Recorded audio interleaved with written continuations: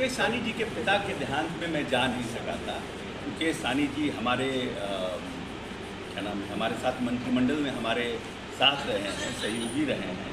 मेरा बहुत कोई उनके साथ व्यवहार अच्छा रहा है, मित्रवत रहा है। हम इस नाते उनसे मिलने के लिए गए थे क्योंकि हम जा नहीं सके थे पटना में, थे। कोई इसका राजनीतिक अर्थ नहीं निकालना चाहिए। नहीं, हमारे साथ हमारे नेता से हमारी कोई बात नहीं हुई है, ना हमारे मुकेश सहनी जी से बात हुई है।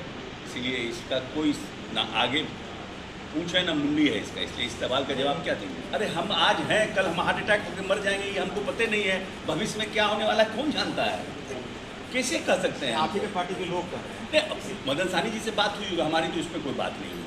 इससे मेरा अब कल क्या होगा कौन जानता है। वीआईपी संरक्षक मुकेश सहनी को लेकर के चर्चाएं खूब हो रही है इन दिनों, क्योंकि एनडीए में वो आएंगे, इसको लेकर के चर्चाएं। लेकिन देखिए, इसी बीच जो है बिहार सरकार के मंत्री है और नीतीश के करीबी हैं अशोक चौधरी, वो मुलाकात करने जाते हैं। और जब आज उनसे सवाल किया जाता है कि मुकेश सहनी कब आ रहे हैं एनडीए में, तो क्या कुछ कहते हुए नजर आ रहे हैं। सबसे पहले हम आपको वो सुनवाते हैं, क्योंकि जो कयासों का बाजार गर्म है, एक तरफ मुकेश सहनी इस बात से इनकार कर रहे हैं, तो दूसरी तरफ बिहार सरकार के मंत्री मुलाकात करते हैं। और मुलाकात करने के बाद जब उनसे सवाल किया जाता है, तो देखिए क्या कुछ कहते हुए नजर आ रहे हैं। मुकेश सहनी जी के पिता के देहांत में मैं जा नहीं सका था। मुकेश सहनी जी हमारे क्या नाम है, हमारे साथ मंत्रिमंडल में हमारे साथ रहे हैं, सहयोगी रहे हैं। मेरा बहुत कोई उनके साथ व्यवहार अच्छा रहा है, मित्रवत रहा है। तो निश्चित रूप से पिता की जब हत्या हो गई थी तो मेरे यहाँ पूजा का कार्यक्रम चल रहा था, जिसमें मैं जा नहीं सका था। मेरी बेटी गई थी क्योंकि वो समस्तीपुर लोकसभा के वोटर हैं, बिरौल में वो वोटर भी हैं। तो हम इस नाते उनसे मिलने के लिए गए थे क्योंकि हम जा नहीं सके थे पटना में, थे। कोई इसका राजनीतिक अर्थ नहीं निकालना चाहिए। एनडीए में उनके आने की बात हो रही है। अरे हम आज हैं, कल हम हार्ट अटैक होकर मर जाएंगे, ये हमको पता नहीं है। भविष्य में क्या होने वाला है कौन जानता है, कैसे कह सकते हैं। आप ही के पार्टी के लोग कर रहे हैं, मंत्री क्या मदन सहनी कर रहे हैं कि वो आएंगे एनडीए में। मदन सहनी जी से बात हुई होगी, हमारी तो इसमें कोई बात नहीं हुई। इससे मेरा अब कल क्या होगा कौन जानता है। कल मेरा ही नहीं पता है कल क्या होगा। आज प्रेस कॉन्फ्रेंस कहेगा, देखिए अशोक जी के साथ प्रेस कॉन्फ्रेंस कर रहे थे कल, आज उनको फूकने के लिए चले आए। कोई हो तो क्या क्यों नहीं हो सकता है, दैट इज पॉसिबल।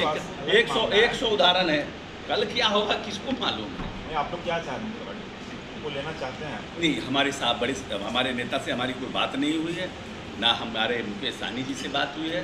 इसलिए इसका कोई ना आगे पूछ है ना मुंडी है इसका, इसलिए इस सवाल का जवाब क्या देंगे। उनका कहना है कि आरक्षण, निषाद आरक्षण के लिए हम लोग जो आरक्षण देगा। तो वो अपनी राजनीति कर रहे हैं, निषाद आरक्षण को लेकर के राजनीति कर रहे हैं, निषादों में अपनी पैठ बढ़ाना चाह रहे हैं। जो तो उनका राजनीति है ना, उससे हमको क्या मतलब, उससे हम लोग क्या मतलब। ये अति पिछड़ों पे नीतीश जी ने काफ़ी काम किया है और नीतीश जी का अति पिछड़ा वोट पूरी तरह से इंटैक्ट है।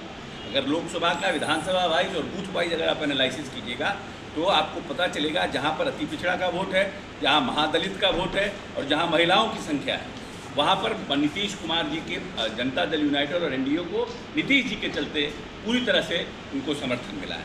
और अभी भी हम 164 सीटों पर विधानसभा में इस लोकसभा में जीते हैं।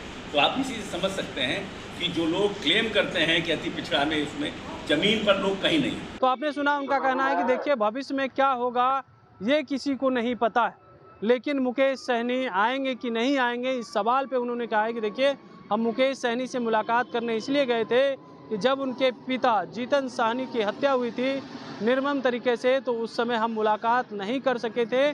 लेकिन यह मुलाकात जो है औपचारिक मुलाकात थी।